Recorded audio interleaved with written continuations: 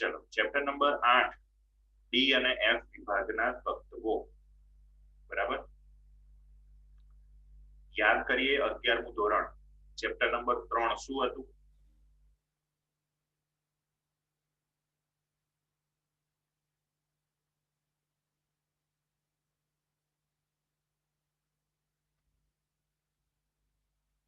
શું હતું લે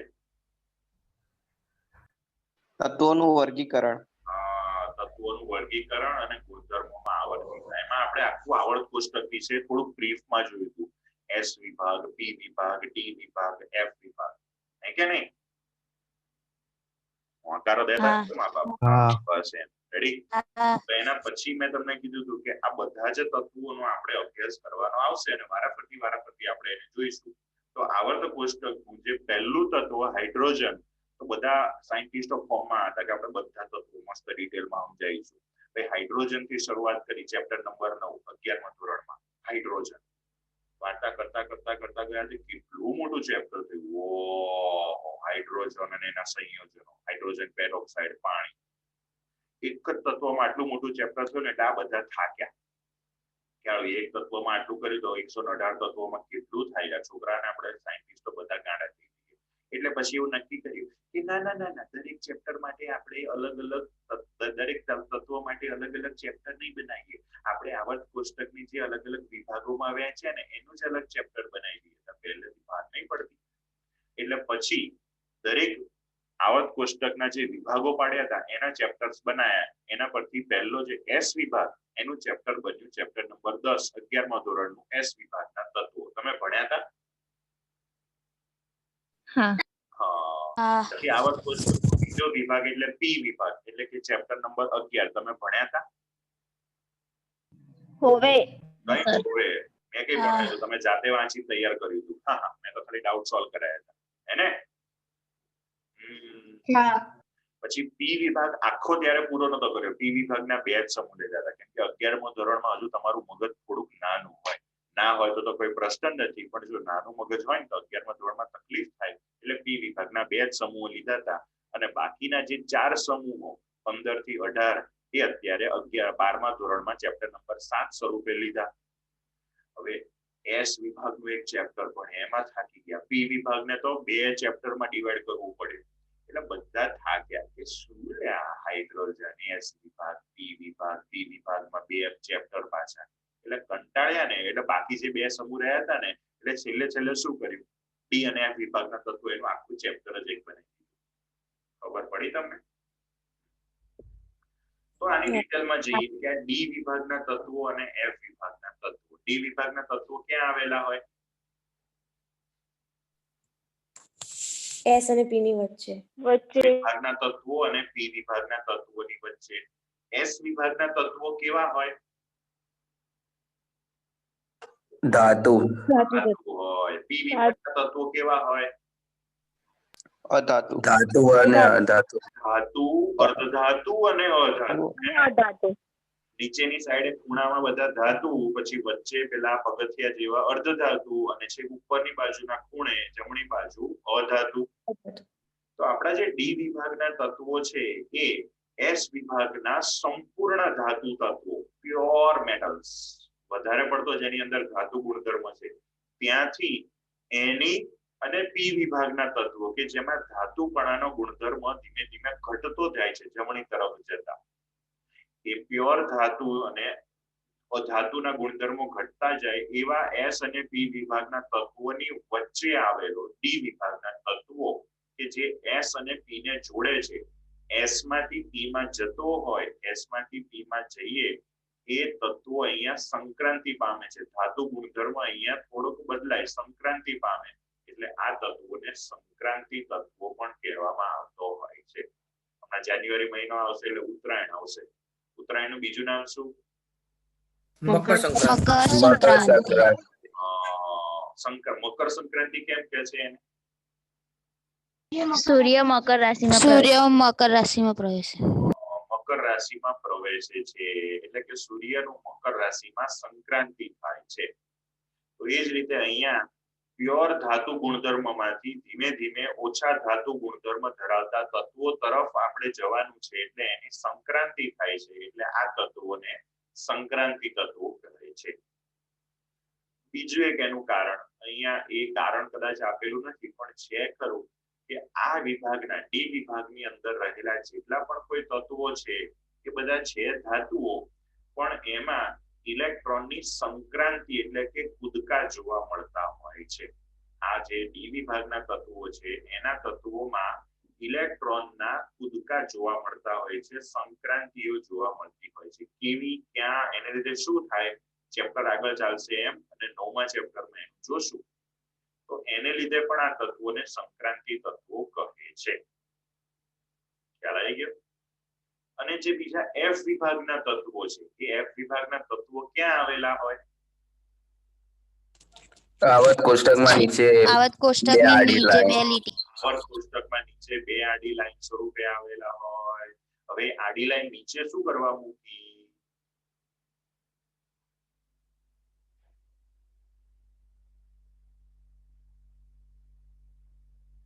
છે કેમ મૂકી?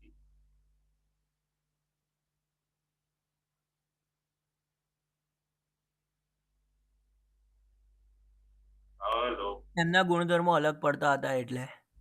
ઓકે, ગુણધર્મો અલગ પડતા હતા. બીજી વસ્તુ, એફ વિભાગના જે પણ તત્વો છે એ એકચ્યુઅલી તો ડી વિભાગની અંદર જ આવેલા છે. તમને જો યાદ હોય તો ડી વિભાગમાં 4 આડી લાઈનો, 4 આડા આવર્તો આવેલા હોય. એમાં નીચેના બે એટલે કે 6ઠ્ઠા અને 7મા નંબરના જે આવર્તો કહેવાય એમાં ડી વિભાગમાં કન્ટિન્યુઅસ નંબર નતા આપેલા. ડી વિભાગમાં આડા જે નંબર આપેલા હોય પરમાણુ ક્રમાંક એ કન્ટિન્યુઅસ નતા આપેલા, થોડોક જમ્પ વાગતો હતો. 57 પછી 58 થી ડાયરેક્ટ 70 કે 74 71 સમથિંગ એવું આપેલું હતું. તો વચ્ચેના તત્વો ક્યાં ગયા? તો એ વચ્ચે જે આવેલા તત્વો છે એને જ આપણે નીચે બે આડી હરોળ, બે આડી લાઈન સ્વરૂપે લખેલા છે. બરાબર? તો એ તત્વો આપણા જે એફ વિભાગના તત્વો છે એ લોકો સંક્રાંતિ તત્વોની વચ્ચે જ આવેલા છે. પણ અંદર વચ્ચે જો આપણે એને દર્શાવીએ આવર્ત કોષ્ટકમાં તો આવર્ત કોષ્ટકને બહુ પહોળું કરવું પડે અને એ બહુ નાતરા જેવું લાગે. અત્યારે જેવું લાગે છે એવું વ્યવસ્થિત ના દેખાય. તો એ એફ વિભાગના તત્વો એમાં એ ડી વિભાગના સંક્રાંતિ તત્વોની વચ્ચે આવેલા હોવાથી એને શું કહેવામાં આવે છે? આંતર સંક્રાંતિ તત્વો. હા કે ના? હા હા. ઓકે, તો આ તો થયું એનું કારણ. હવે એને મેઇન ડી વિભાગ અને એફ વિભાગ નામ કેમ આપવામાં આવ્યું એ કોઈને ખબર છે? એસ, પી, ડી, એફ એવા શેને આધારે નામ આપવામાં આવ્યા? કક્ષકોના આધારે. તો કક્ષકો તો બધામાં એસ, પી, ડી, એફ બધામાં હોવાની જ ને. પણ એમાં છેલ્લો જે ઇલેક્ટ્રોન ભરાશે એ ડી બ્લોકમાં ડી કક્ષામાં ભરાશે, જ્યારે એફ બ્લોકમાં એફ કક્ષામાં. તો જે તત્વોમાં છેલ્લો ઉમેરાતો ઇલેક્ટ્રોન ડી કક્ષકમાં જતો હોય એને ડી વિભાગના તત્વો કહેવાય. અને જે તત્વોમાં છેલ્લે આવતો ઇલેક્ટ્રોન પરમાણુ ક્રમાંક 85 હોય તો 1 થી લઈને 84 ની 85મો ઇલેક્ટ્રોન ક્યાં જાય છે? જો એ ઇલેક્ટ્રોન કોઈ પણ ડી કક્ષકમાં જતો હોય તો એને ડી વિભાગનું તત્વ કહેવાય. જો એ ઇલેક્ટ્રોન એફ કક્ષકમાં જતો હોય તો એને એફ વિભાગનું તત્વ કહેવાય. છેલ્લો ઇલેક્ટ્રોન આપણે જોવાનું. હવે ઇલેક્ટ્રોન રચના જો આપણને યાદ હોય તત્વોની તો આપણે પેલા શું કહેવાય કક્ષકો આપણે અલગ અલગ બનાવી હતી. 1s 2s 2p 3s 3p યાદ છે બધાને? હા. તો એમાં ડી કક્ષક ક્યાંથી શરૂ થતી હતી? કઈ કક્ષાથી શરૂ થતી હતી? કક્ષા એની અંદર કક્ષકો હોય તો ડી કક્ષકો ક્યાંથી શરૂ થતી હતી ને એફ કક્ષકો કઈ કક્ષાથી શરૂ થતી હતી? કોઈને યાદ છે?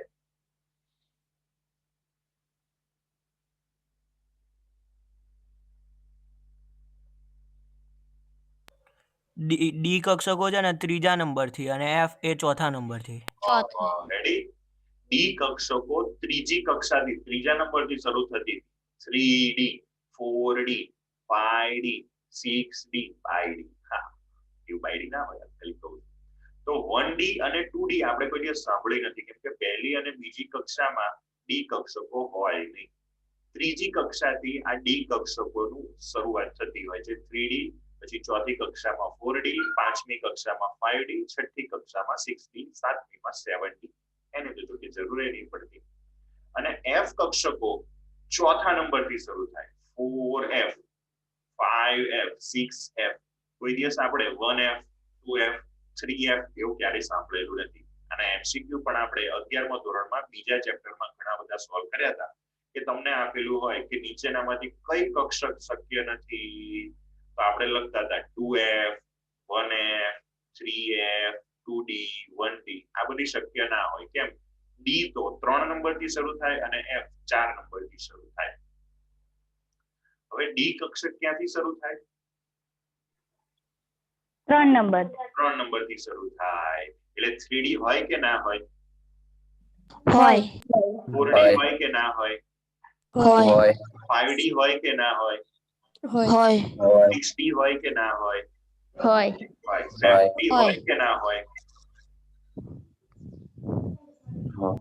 7D હોય કે ના હોય?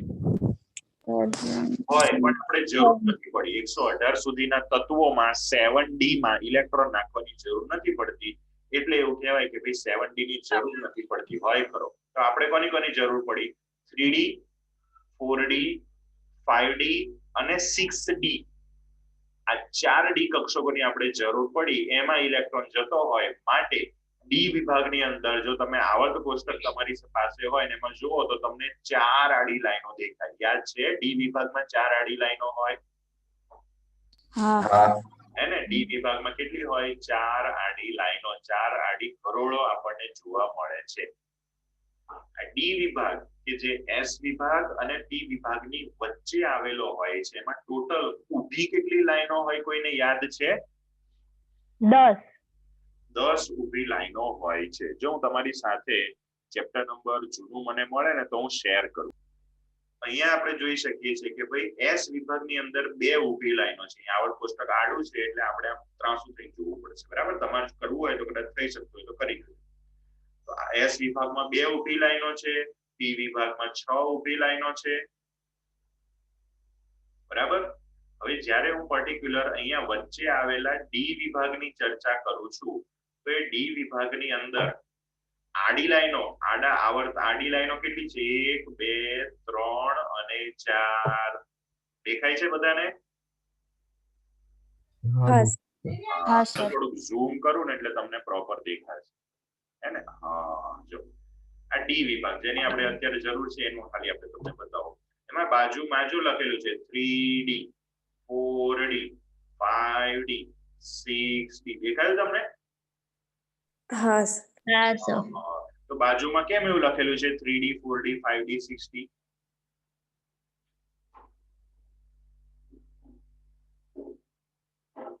Anyone?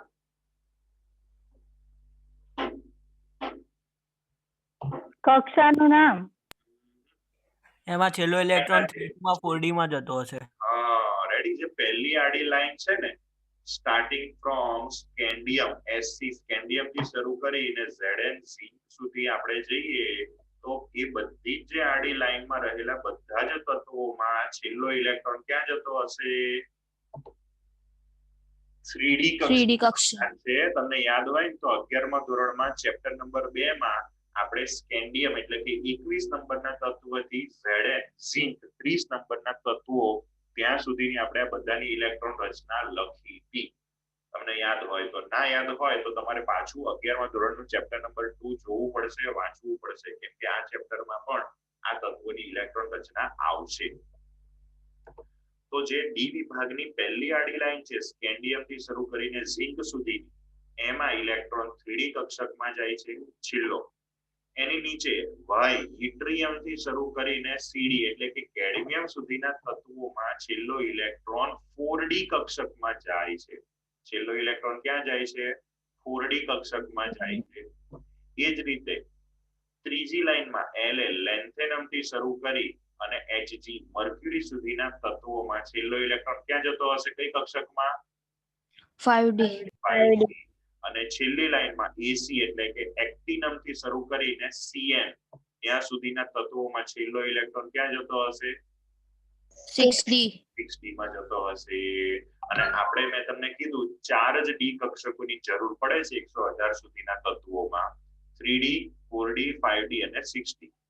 એટલે ડી વિભાગમાં 4 આડી લાઈનો છે. ખબર પડી ગઈ હવે? હા સર. ઓકે. હવે ડી વિભાગની અંદર ઊભી કેટલી લાઈનો? તો કે 1 2 3 4 5 6 7 8 9 અને 10. ઊભી લાઈનને શું કહેવાય? સ્તંભ સમૂહ સમૂહો. તો સમૂહ નંબર 3 થી શરૂ કરી અને સમૂહ નંબર 12 સુધીના તત્વો ડી વિભાગના કહેવાય. કારણ કે સમૂહ નંબર 1 અને 2 એટલે એસ વિભાગ અને 13 થી 18 એટલે પી વિભાગ. વચ્ચેના રહ્યા 3 થી 12 સુધીના એટલે કે 10 ઊભી લાઈનો, 10 ઊભા સમૂહો, એને આપણે ડી વિભાગના તત્વો કહીએ છીએ.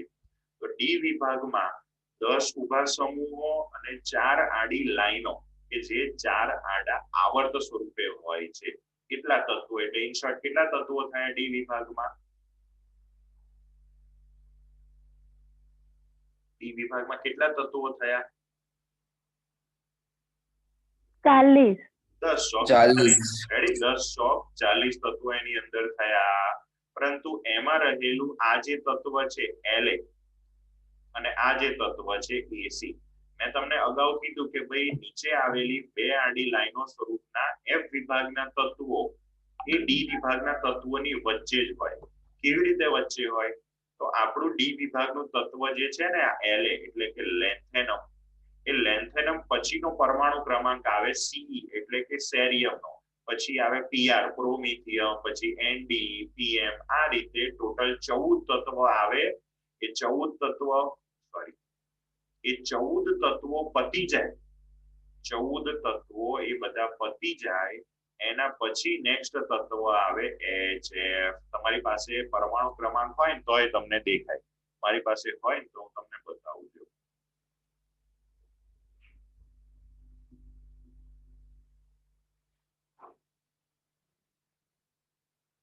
આવર્ત કોષ્ટક આપેલું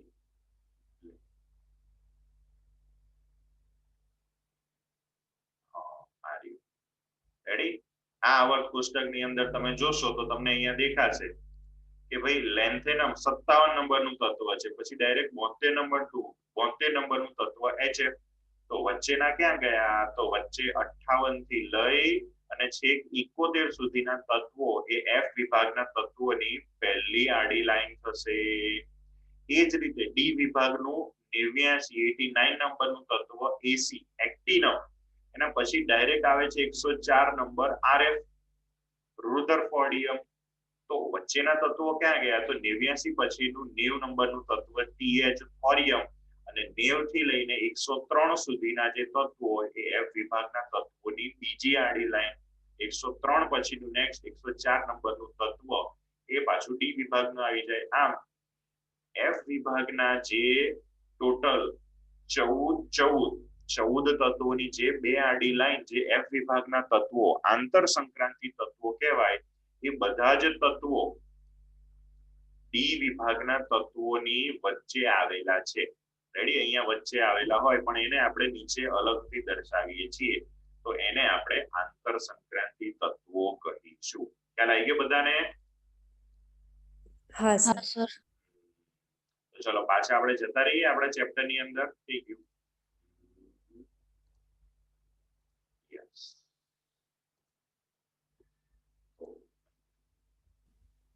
ઓકે. તો શરૂઆતમાં જેટલી પણ ચર્ચા હતી એ આપણે અહીંયા આપણી પાસે છે. બીજું આ ચેપ્ટર ની અંદર જેમ અગાઉ ચેપ્ટર નંબર 2 અને 3 માં મેં તમને શોર્ટ નોટ બધી આપી હતી એવી આ ચેપ્ટર ની છે.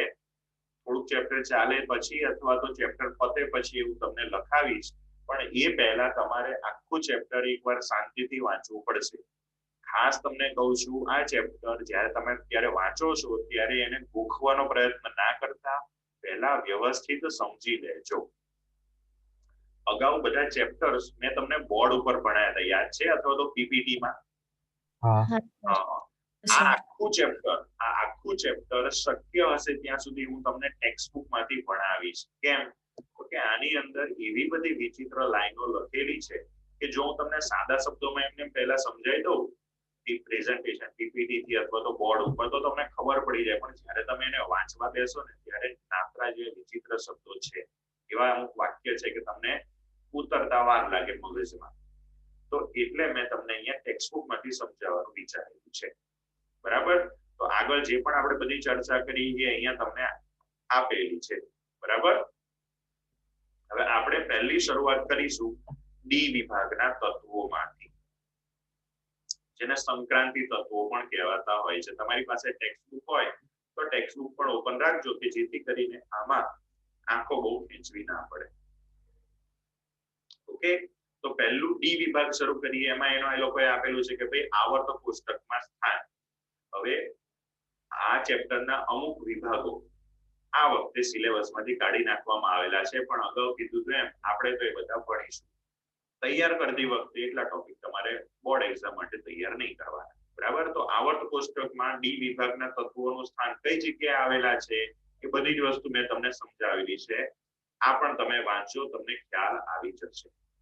આગળ હવે જઈએ ડી વિભાગના તત્વોની ઇલેક્ટ્રોન રચના વિશે.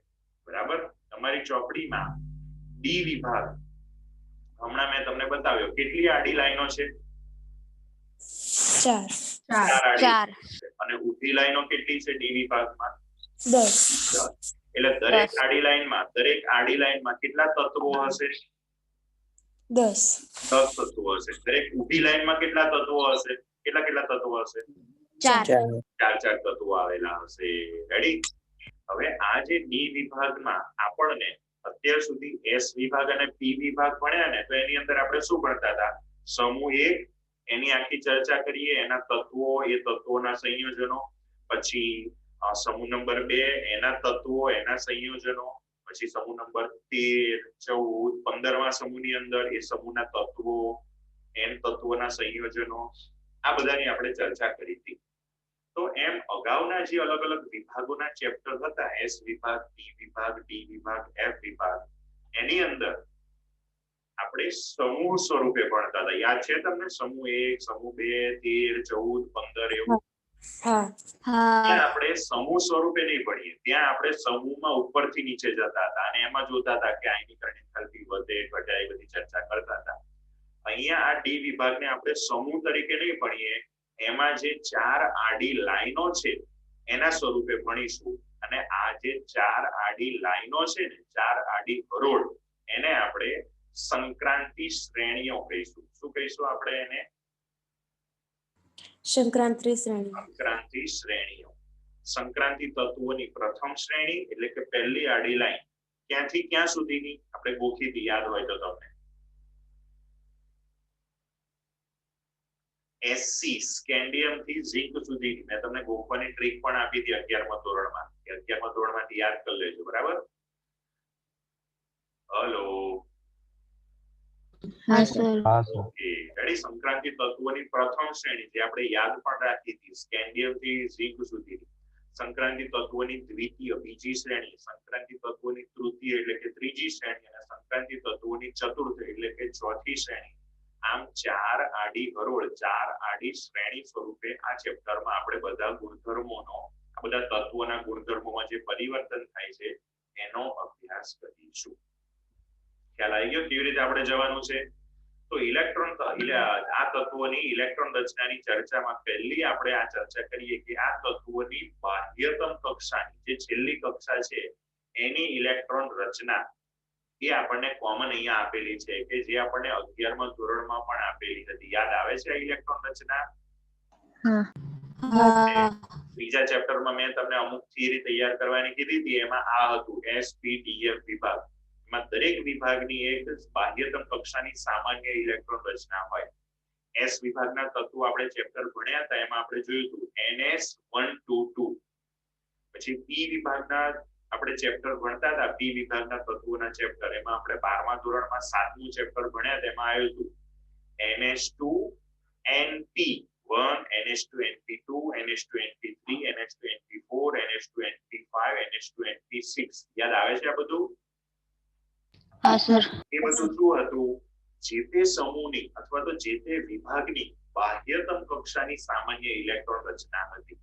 એ જ રીતે ડી વિભાગના તત્વો બધા માટે કોમન મારે લખવું હોય તો એની બાહ્યતમ કક્ષાની છેલ્લી કક્ષાની આખી બાહ્યતમ કક્ષાની ઇલેક્ટ્રોન રચના લખી શકાય n-1d 1 to 10 ns 1 to 2.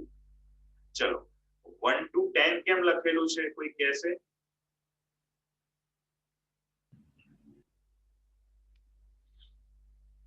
ધરા અવસ્થાનો ઇલેક્ટ્રોન જે કક્ષામાં જાય એમાં ધરા એટલે અવસ્થાનો ઇલેક્ટ્રોન નહીં, ધરા અવસ્થામાં. ધરા અવસ્થા એટલે આપણી સાદી અવસ્થા, ઉત્તેજિત અવસ્થા નહીં, નોર્મલ અવસ્થા. એ ધરા અવસ્થામાં ઇલેક્ટ્રોન જ્યાં જાય છે એ પણ 1 to 10 1 to 2 આવું લખવાનું કારણ શું? એ પહેલી કક્ષામાં હોઈ શકે ને બીજી કક્ષામાં હોઈ શકે. પહેલી કક્ષામાં મગજ જ નહીં આ લોકોને ચાલતું. પહેલી કક્ષા કઈ હોવાની, આ બાહ્યતમ કક્ષાની ચર્ચા કરી. ઇલેક્ટ્રોનની સંખ્યા. ઇલેક્ટ્રોનની સંખ્યા. કોઈક તત્વની અંદર ડી કક્ષકમાં એક ઇલેક્ટ્રોન હશે, કોઈકમાં 2 હશે, કોઈકમાં 3 4 5 6 7 8 9 10. ડી ની કેપેસિટી કેટલી ઇલેક્ટ્રોન ભરવાની? 10. ડી ના 5 પ્રકાર, દરેકમાં 2 2 તો ટોટલ ડી માં ઇલેક્ટ્રોન આવે 10. ઓછામાં ઓછો 1 ઇલેક્ટ્રોન બી હોય, વધારે વધારે 10 ઇલેક્ટ્રોન બી હોય. એસ ની કેપેસિટી કેટલી? 2 ની, તો એસ માં 1 ઇલેક્ટ્રોન બી હોય, 2 પણ હોય, માટે લખ્યું ડી 1 to 10 અને એસ 1 to 2. આગળ લખેલું છે n અને n-1, એ શું દર્શાવે છે કોઈ કહેશે?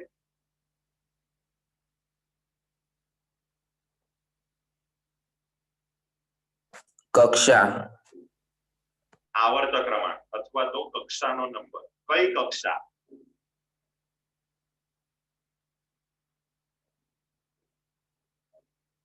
ધરા અવસ્થાની. ધરા અવસ્થામાં મંડાણી ધરા ધરાતી નહીં. બોલો કઈ કક્ષા? 3 અથવા તેથી વધારે. બાહ્યતમ કક્ષા કે જે એના આવર્ત ક્રમાંક પરથી ખબર પડે. આપણું તત્વ જે આવર્તમાં હશે એ આવર્તનો નંબર એટલે n. આપણું તત્વ ચોથા આવર્તમાં હોય તો n નું મૂલ્ય 4 થશે, તો n-1 નું મૂલ્ય કેટલું થાય? 3 થશે ને. એટલે આપણે ડી વિભાગના તત્વોમાં કેટલી આડી લાઈનો આવેલી છે? 4. 4 આડી લાઈનો આવેલી છે ને. એમાં પહેલી લાઈન કયા આવર્તમાં આવે? કોઈને યાદ છે?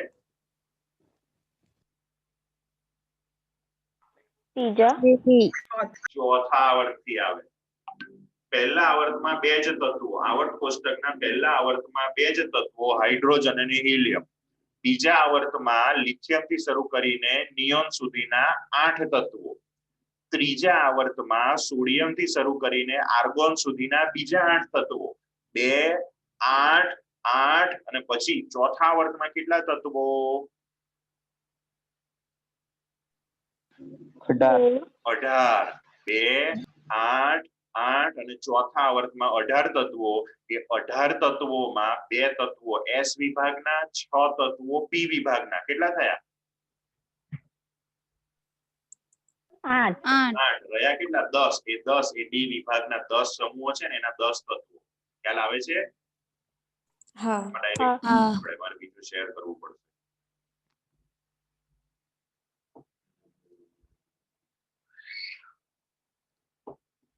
જો અહીંયા તમને બતાવું.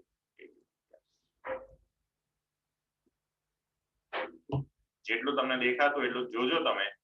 પહેલા આવર્તની અંદર 2 તત્વો, હાઇડ્રોજન અને હિલિયમ, બરાબર. બીજા આવર્તની અંદર આ 2 અને આ 6 8 તત્વો. ત્રીજા આવર્તની અંદર આ 6 અને 2 8 તત્વો.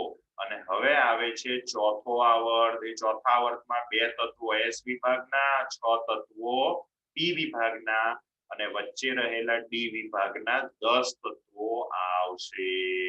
કહેવાનો મીનિંગ એટલો કે ડી વિભાગમાં કયા કયા આવર્તો હોય? તો કે આવર્ત નંબર 4 5 6 અને 7. ટોટલ કેટલા આવર્ત છે આવર્ત કોષ્ટકના? સાત ટોટલ આવર્ત સાત. કોષ્ટકમાં 7 આડી લાઈનો છે, 7 આડી લાઈનો. પહેલી લાઈનમાં 2, પછી 8, 8, 18, 18, 32, 32 હેને? તો એની અંદર ટોટલ 7 આડી લાઈનો છે જેને આપણે 7 આવર્તો કહેતા હતા. એમાં ડી વિભાગના નીચેના 4 આવર્તો, આવર્ત નંબર 4, 5, 6 અને 7 નંબરના આવર્તો એટલે આપણે ડી વિભાગના તત્વો.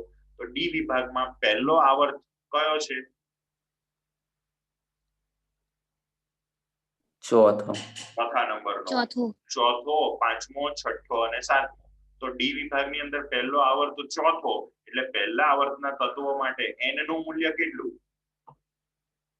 4 4. તો n-1 નું મૂલ્ય કેટલું? 3 ઓકે. પહેલું જે ડી વિભાગની આડી લાઈન છે એમાં તત્વો કેટલા? 10. 10. કેટલા તત્વો છે એની અંદર? 10. તત્વો છે. 10. રેડી? તો એ 10 તત્વોની જે પહેલી આડી લાઈન કે જે સ્કેન્ડિયમ થી શરૂ કરી અને ઝિંક સુધી આવેલી છે, તમને દેખાય છે અત્યારે? હા સર એ શું કરવામાં આવે છે? પ્રથમ શ્રેણી. ઉત્ક્રાંતિ તત્વોની પ્રથમ શ્રેણી અહીંયા આપેલી છે.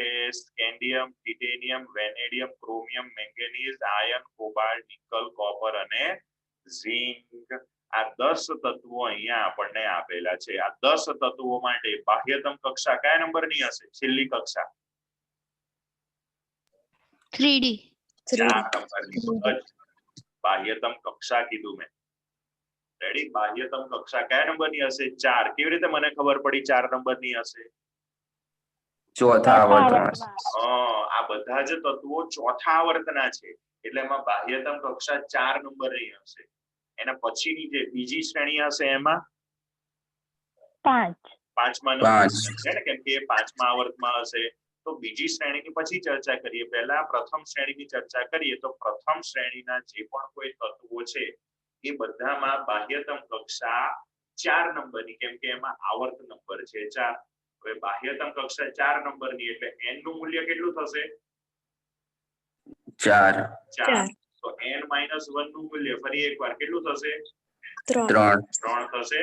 ચલો, તો એ લોકોની બાહ્યતમ કક્ષાની ઇલેક્ટ્રોન રચના શું છે અહીંયા આપણે ઉપર હમણાં આપી જોઈ તમે.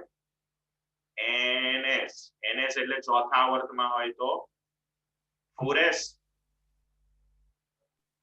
હા.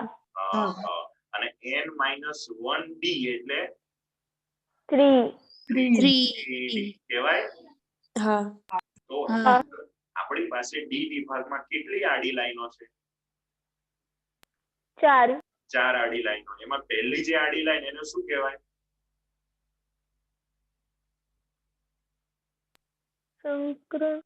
પ્રથમ શ્રેણી. અહીંયા આપેલું છે ને, પહેલી આડી લાઈન શું કહેવાશે? પ્રથમ શ્રેણી. પ્રથમ શ્રેણી. આવર્ત કોષ્ટક તમારી પાસે હોય તો તમારી સામે જોડે રાખજો. 11મા ધોરણની ચોપડી હોય તો પહેલી આડી લાઈન ને શું કહેવાય? પ્રથમ શ્રેણી. પ્રથમ શ્રેણી. પ્રથમ શ્રેણી કયા આવર્તમાં આવેલી હોય? ચોથા ચોથા. આવર્તમાં. આવર્તમાં. તો એની બાહ્યતમ કક્ષા કઈ? ચોથી ચોથી. 4 થશે અને n નું મૂલ્ય 4 થશે ને. હા હા. 4s અને 3d. હવે એની અંદર ઇલેક્ટ્રોન કેટલા હશે? તો કે 3d ની અંદર 1 થી લઈને 10 સુધીના ગમે એટલા ઇલેક્ટ્રોન હોય અને 4s માં 1 અથવા તો 2 ઇલેક્ટ્રોન હશે. ઉતર્યું મગજમાં? હા સર હા. તો હવે જો અહીંયા તમને નીચે એમની ઇલેક્ટ્રોન રચના આપેલી છે એ તમને બતાવો. તો એ તત્વોની ઇલેક્ટ્રોન રચનામાં તમે જુઓ, સ્કેન્ડિયમ થી લઈને ઝિંક સુધીના તત્વોમાં 4s માં કેટલા ઇલેક્ટ્રોન છે જો તો? 1 અથવા 2. 1 અને 2 ઇલેક્ટ્રોન છે અથવા 2 ઇલેક્ટ્રોન છે. અને 3d કક્ષકમાં કેટલા ઇલેક્ટ્રોન છે જુઓ તો? 1 થી 10. 1 2 3 4 5 6 ગમે એટલે 1 થી 10 સુધીના ગમે એટલા ઇલેક્ટ્રોન છે કે નહીં? રેડી? તો આ પ્રથમ શ્રેણીની ઇલેક્ટ્રોન રચના થઈ 3d 1 to 10 અને 4s 1 to 2. હા કે ના? હા હા. નેક્સ્ટ એના પછી આ આપણી દ્વિતીય શ્રેણી એટલે બીજા નંબર બીજા નંબરની આડી લાઈન, એટલે આ બીજા નંબરની આડી લાઈન કયા આવર્તમાં આવે? પાંચમા પાંચમા આવર્તમાં આવે. તો પાંચમા આવર્તમાં આવે તો n નું મૂલ્ય કેટલું?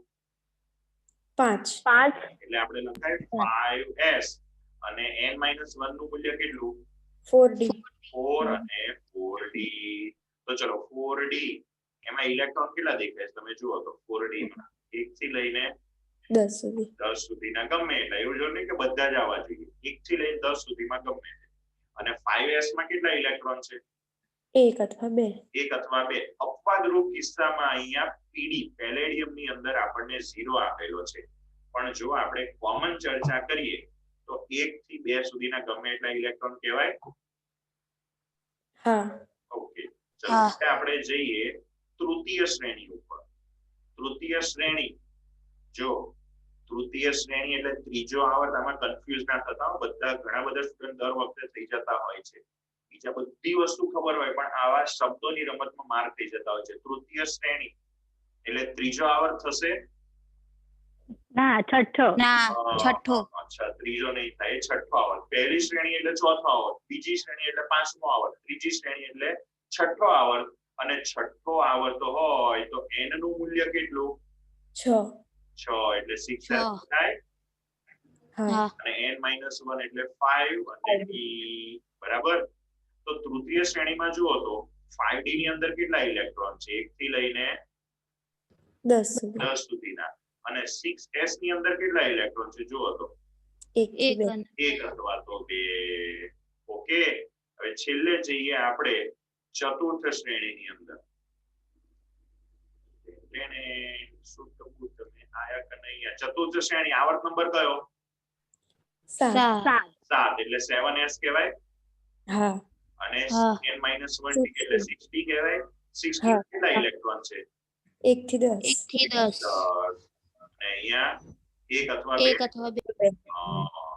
માટે આપણે ડી વિભાગના તત્વોની કોમન ઇલેક્ટ્રોન રચના બધાની બાહ્યતમ કક્ષાની, આખી નહીં, બાહ્યતમ કક્ષાની સામાન્ય ઇલેક્ટ્રોન રચના લખી ns. n એટલે આવર્ત ક્રમાંક, ns 1 અથવા 2. અને એની પહેલા n-1 નંબરની ડી કક્ષક આવેલી હોય કે જેમાં એની કેપેસિટી પ્રમાણે કેટલા ઇલેક્ટ્રોન હોય? 1 થી 10 ઇલેક્ટ્રોન હોય. ખ્યાલ આવી ગયો એ લોકોની સામાન્ય બાહ્યતમ કક્ષાની ઇલેક્ટ્રોન રચનામાં? n-1d 1 to 10 અને ns 1 to 2. ઓકે, તો આને આધારે એક વસ્તુ આપણને ઓબ્ઝર્વ એવી થઈ કે આખા ડી વિભાગની અંદર બધાની સામાન્ય બાહ્યતમ કક્ષાની ઇલેક્ટ્રોન રચના હતી n-1d 1 to 10 અને ns 1 to 2. એક જ જગ્યાએ s માં એ 0 ઇલેક્ટ્રોન હતો. જોયો તમે? ક્યાં હતો? દ્વિતીય શ્રેણીમાં દ્વિતીય શ્રેણીમાં શ્રેણી. પેલેડિયમમાં હતો. હા કે ના? હા આવા જે જગ્યાએ અપવાદો હોય ને બધા યાદ રાખવા પડશે. એટલે આ ચેપ્ટરમાંથી ખૂણે ખાંચરેથી એમસીક્યુ બહુ નીકળશે. એટલે આ ચેપ્ટર મેં તમને ચોપડીમાંથી ભણાવું છું અને તમારે ચોપડીની લાઈન ટુ લાઈન એક લાઈન વાંચવી પડશે, તો જ આના એમસીક્યુ આવડશે. ગોખવા પણ પડશે, સમજીને યાદ પણ રાખવા પડશે. જે સમજવાનું ના હોય ગોખીને જ યાદ રાખવું પડે, ગોખવું પડશે. બાકી બધું સમજવું પણ પડશે, ગોખવું પણ પડશે. ખ્યાલ આવ્યો બધાને? હા હવે આપણને એ લોકોની બાહ્યતમ કક્ષાની ઇલેક્ટ્રોન રચના, બાહ્યતમ કક્ષાની સામાન્ય ઇલેક્ટ્રોન રચના યાદ રહી. હવે દરેક તત્વોની ઇન્ડિવિડ્યુઅલ ઇલેક્ટ્રોન રચના પણ ઘણીવાર યાદ રાખવી પડે. તો પાછા આપણે જતા રહીએ પહેલી શ્રેણી, પ્રથમ સંક્રાંતિ શ્રેણી. ચલો, પ્રથમ સંક્રાંતિ શ્રેણી મેં તમને યાદ રખાઈ હતી. કોઈને યાદ છે શોર્ટ ટ્રીક?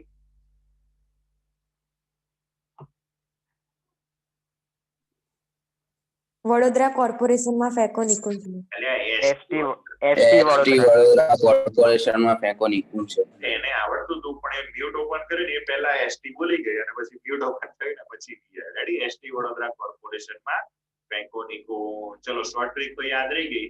એના પરમાણુ ક્રમાંક Z પણ યાદ હોવા જોઈએ. ક્યાંથી શરૂ થાય છે? 21 થી લઈને 30. કેટલા તત્વો છે? ઉભા સમૂહો કેટલા છે ડી વિભાગમાં? દસ. તત્વો છે એટલે દરેક લાઈનમાં તત્વો કેટલા હશે? 10. 10. આપણને યાદ હોવા જોઈએ ક્યાંથી શરૂ થાય છે, ક્યાંથી શરૂ થાય છે એટલી ખબર હશે ને તો ક્યાં પતે છે ખબર પડી જશે. કેમ કે 10 તત્વો છે, 21 થી શરૂ થાય તો 30, 31 થી શરૂ થાય તો 40, 41 થી શરૂ થાય તો 50, પણ દરેકમાં 21, 31, 41 એવું નથી. બરાબર, જોઈએ આપણે આગળ. તો ચલો પહેલી શ્રેણીની વાત કરીએ તો આવા પરમાણુ ક્રમાંક કેટલા છે? 21 થી લઈને 30 સુધીના. એટલે આ પહેલી શ્રેણી યાદ રાખવી ઈઝી થઈ જતી હોય છે. બાકીની શ્રેણીઓ આપણે પછી જેમ જેમ આગળ લેક્ચર ચાલશે એમ યાદ રાખીશું. હવે આ પહેલી શ્રેણીની ઇલેક્ટ્રોન રચના પહેલા યાદ રાખીએ તો એમાં આપણે જોઈએ કે ભાઈ 11મા ધોરણમાં પણ ઇલેક્ટ્રોન રચના આપણે ભણ્યા હતા.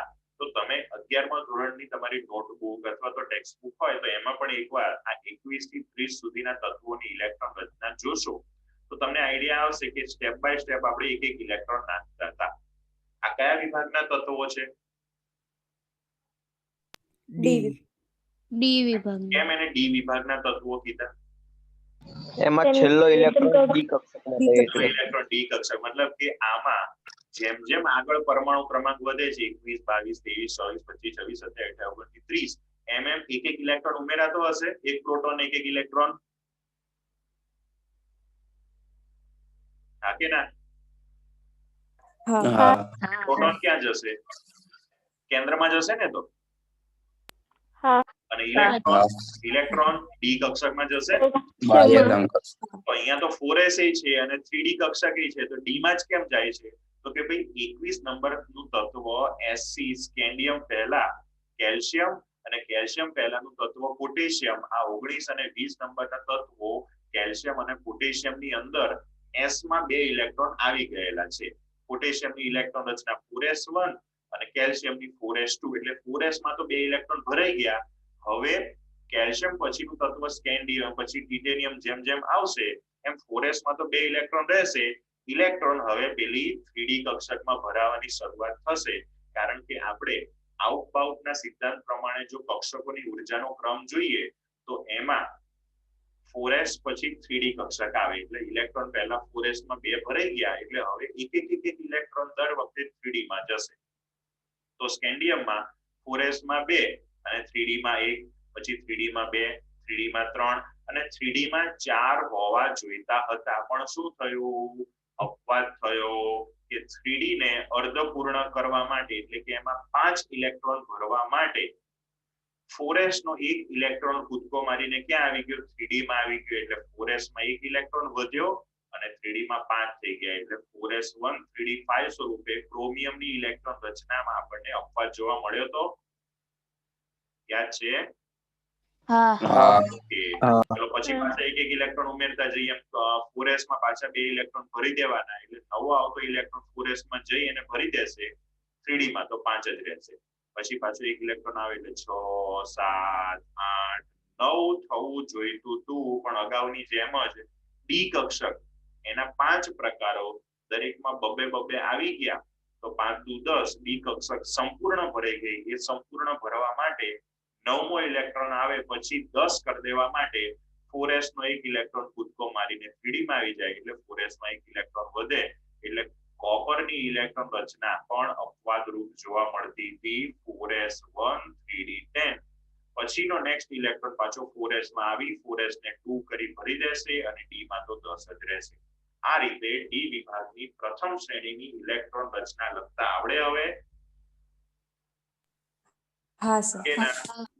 એને તો કાલે આપણે હવે આના પછીના જે તત્વો છે આના પછીની જે શ્રેણીઓ એમની ઇલેક્ટ્રોન રચના એની અંદર કોઈ અપવાદ હોય વગેરેની ચર્ચા કરીશું.